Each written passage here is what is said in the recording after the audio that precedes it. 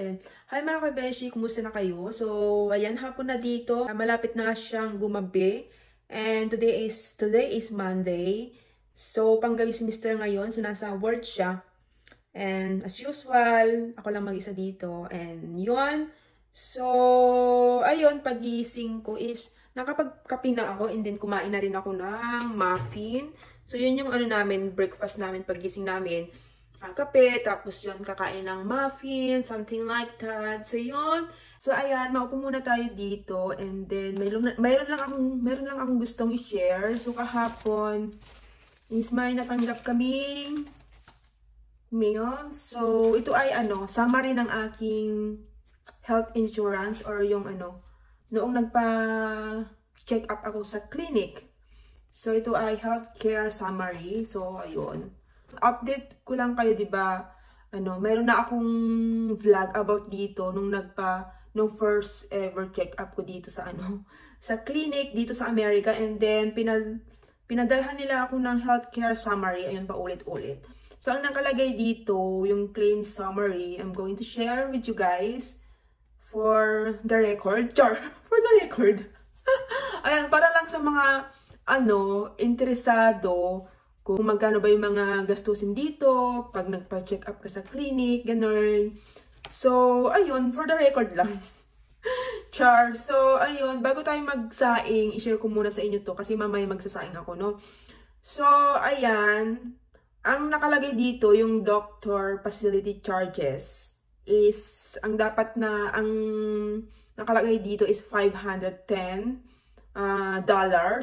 Yaha. So, and then, doon sa 510, may discount kang 89.74 USD dollars. Tapos, 510 minus 89.74. So, ang nakalagay na lang is 420.26. So, balit, yung dito, yung 400.26 is covered ng aking medical insurance, something like that, or health insurance. So, 400.26 USD dollar sila yung nagbayad doon sa the rest ng aking charges. Tapos, yun na nga, based on my last vlog, aming binayaran lang is 20 USD. So, kung ang ibig sabihin nito mga kabeshi, for example, nagpa-check up ka dito, and then wala kang health insurance, ang babayaran mo po is 400.26. Yeah, 400.26 USD dollar. So, magkano yun sa peso? Sobrang mahal din, no? Ano ba yung ginawa nila sa akin nung nagpa-check up ako? Nag-ask ako ng doctor ng prescription para makakuha ako ng aking gamot para sa aking high blood, and then inenjikan nila ako ng anti-tetano, tapos nagpa-blood test ako. So yun, yung yun yung ginawa nila sa akin nung nagpa-check up ako. So yun lang, gusto ko lang i-share sa inyo para magkaroon po kayo ng idea. So ganun pala siya kamahal kapag nagpa-doctor ka. So, yun lang mga kabeshi, yung aking update dito sa aking buhay dito sa Jumerica or sa America. And what else ba ang gusto ko i-share sa inyo? So, uulitin ko for the record, char. Sa camera, for the record, Mr. Chair. So, uulitin ko, kasi, ano ba yung sasabihin ko? Ay, nakalimutan ko na mga kabeshi. Minsan talaga may makalimutin ako. Ayun! So, yun nga. Kung magkano yung monthly na binabayaran ng aking asawa for our health insurance, pumapatak daw ata ng 180 USD dollar, something like that. So, yun yung pagkakaalam ko. So, buwan-buwan po yun na kinakaltas nila sa kanyang company. So, yun lang mga kabeshi. And then, okay. So, magsasaing tayo for this video. Magsasaing tayo para mamaya kasi gusto kong kumain ng rice. Meron pa kasi akong tirang munggo, saka sinigang. And then, mamaya magluluto din ako. Hindi pa ako sure kung ano yung lulutuin ko, adobo or what. So, let's see kung ano yung lulutuin natin for today's video mga kabeshi, no? Magsasaing tayo mga kabeshi para may kainin tayo mamayang tanghali. Mamayang hapunan pala kasi gabi pala ngayon dito. So, okay, gabi si Mr. ngayon. Yung isasaing natin. Sasaing tayo for today's video. So, ayan. Okay na yan. So, bukas pala mga kabeshi, election day na dito sa Amerika. So, ayun, butuhan na po siya. And then, abangan natin kung sino ang mananalong presidente dito. So, yun, abangan lang natin. So, ngayon is, for the record. So, ngayon, for the record, mga kabeshi, today is November, wait, ano ba ngayon? Today is November 4. And tomorrow is election day dito sa Alabama, dito sa Amerika. Yeah, so kung sa atin is May yung election day natin, dito naman is November. So bukas bukas po yung election ng mga presidente dito and then senators. Dapat manalo yung may may concern sa bansang Amerika, no? So good luck sa mga politician. Dapat maging kayo. Yun. Wala akong ibang masabi kasi hindi naman ako dito bumuboto. And then, mamaya nga, uulitin ko, mamaya magluluto tayo ng adobo. So, hindi ko alam kung gagawa pa ako ng vlog about sa pagluluto ng adobo, something like, depende kung sisipagin ako. And I hope, sipagin ako. So, actually, hindi ko pa alam kung ano yung lulutuin ko ngayong, ngayong gabing ito. So, ayun. And then, every Monday lang ako nagluluto. Kasi, mga nagko-comment dyan na baka tumaba si Mr. Hindi po siya tataba. Kasi hindi naman siya araw-araw, kumakain ng rice. And then, nagmo-monitor po kami ng aming timbang. Ganon. Gusto lang namin i-monitor kasi, baka mamaya, hindi na namin mamalayan maging lumba-lumba na kami. Char. So, nang umaga is nag-slice ako ng ng apple. So, pakita ko sa inyo, tikman natin yung mansanas. Next namin yung sugar bee. So, ito siya.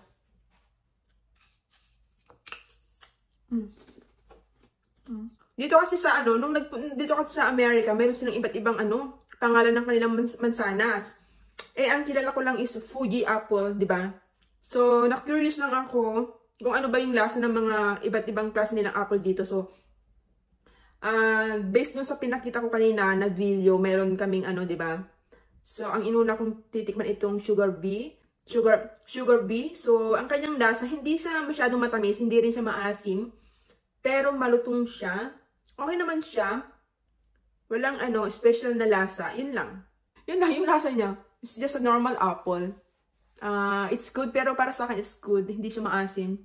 So, nagustuhan ko siya. Hindi kasi ako mahilig sa apple, totoo lang. Kumakain lang ako ng apple kapag gusto kong mag-diet, ayaw kong kumain ng rice. So, kahit doon sa Pilipinas, yung aking nanay is nagtitinda ng mga iba't ibang prutas. Pero wala akong hilig kumain ng prutas. Kumakain lang talaga ako kapag kailangan. Kunwari masama yung pakiramdam, ganon. Para lumakas-lakas yung... Kasi nga sabi nila, pag kumain ka ng fruit is lalakas ang iyong katawan. So, yun lang. So, ayun na nga mga kabeshi. Kakain tayo ng celery. Ayan, meron tayong celery dito. So, unang natikman ko to nung nasa Taiwan pa ako, nung kumain kami sa Fridays. And, nagustuhan ko siya. Masarap siya. So, kakain tayo ng parang tingnan nyo to. Parang yung tangkay ng gabi. Piliin natin yung maliliit lang. Ayan. So, ayan. Laki din dito, oh. Kain lang tayo ng dalawa. Natin. Kasi hindi natin hugasan, pwede naman na. Tapos, isasawsaw lang natin sa sa mayonnaise. Ganon. Maganda po sa kalusugan, mga kabeshi, celery. Ating mayonnaise. Oops.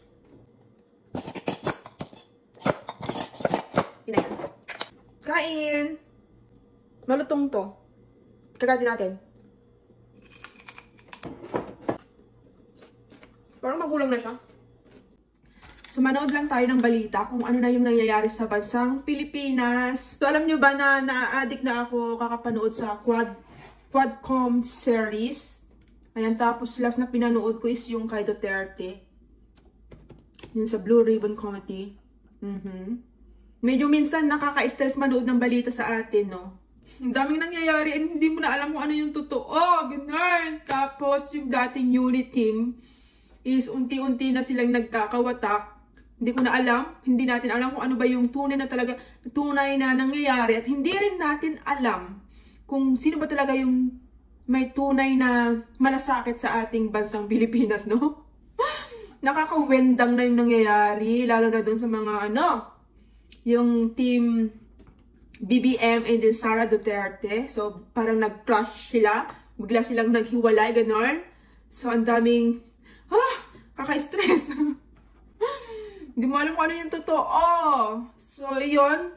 Mag-pray na lang tayo lagi sa ating mahal na Panginoon na sana maayos yung yung mga nangyayari sa buong mundo. Na sana magising na yung mga politician, na sana one day, or na sana isang one day, is magising na sila na dapat, alam mo yun, dapat, hirap magsalita, no? So, dapat mag-isipin naman nila yung yung kapakanan ng mga mamamayang Pilipino.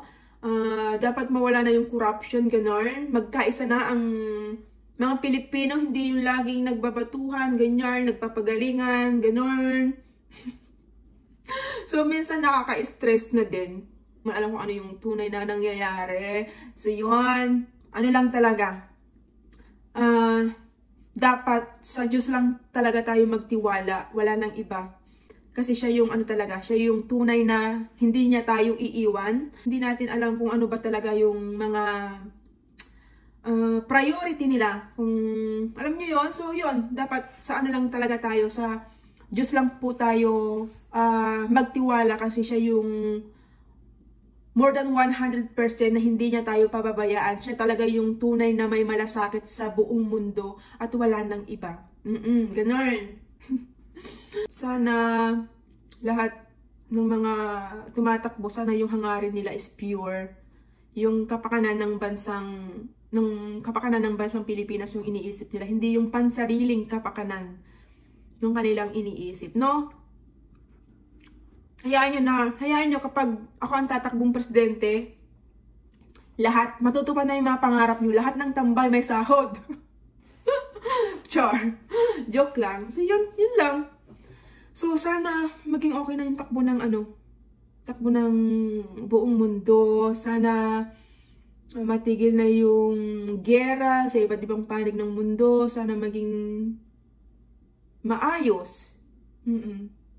So wag lang natin kalimutang magdasal sa ating mahal na Panginoon. At wag kalimutang magpasalamat lagi sa mga blessings, sa mga biyaya na pinibigay niya. Tapos huwag tayong makalimot magpasalamat sa kaligtasan na binibigay niya sa atin. Hindi niya tayo pinababayaan, ganon, di ba? So kahit ganito yung buhay, kahit minsan yung mga plano mo is hindi natutupad, huwag kang malungkot mga kabeshi kasi hindi pa katapusan ng mundo. Sabi nga nila, habang may buhay, may pag-asa. Baka may magandang plano sa'yo ang ating mahal na Panginoon. Ganon. Baka may mas maganda pang plano sa atin. Huwag natin siya pangunahan kasi hindi niya tayo pababayaan. Maniwala kayo sa kanya. So, yun. So, ito yung natira kong munggo. Ito na lang yung natira kong munggo.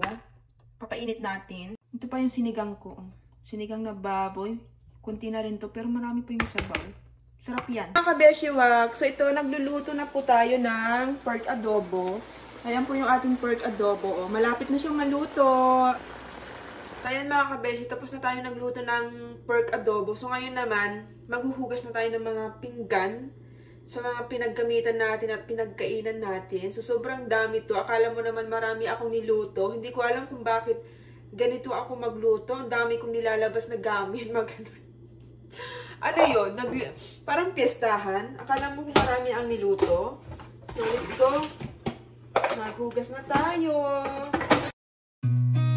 I've seen a lot of change, been through a lot of pain. Some things are not the same as they were a year ago. but all will be okay. I move on each and every day.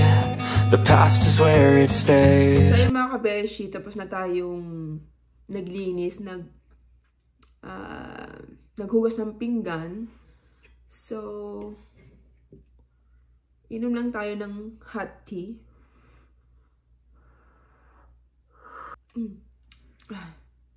Ang lamig na dito. And ang bungol. So, 12:20 na dito ng midnight.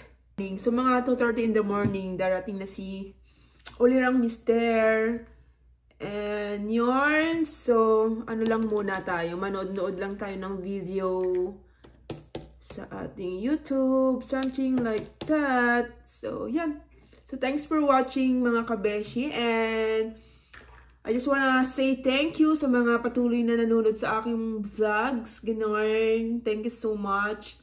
Tapos, ano pa nga ba?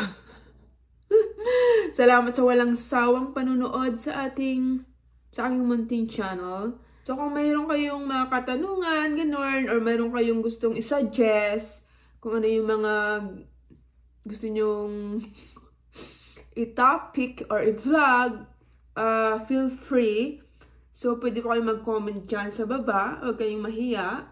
And, ayan, kung hindi ba kayo nakaka-subscribe sa aking YouTube channel, please mag-subscribe kayo and then click the like. So, yun. Thanks for watching mga kabeshi. Bye!